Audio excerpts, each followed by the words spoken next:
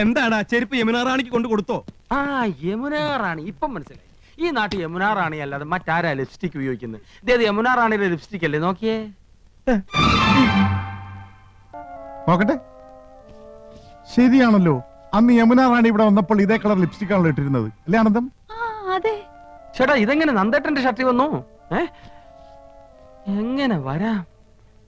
യമുനാ റാണിയുടെ ബെഡ്റൂമിൽ പോയി രണ്ടുപേരും കൂടെ തമാശ പറഞ്ഞ് ഡ്രസ്സിംഗ് ടേബിളിലിരുന്ന ലിപ്സ്റ്റിക് അറിയാതെ കൈതട്ടി താഴെ അങ്ങനെ വരാൻ വഴിയില്ല.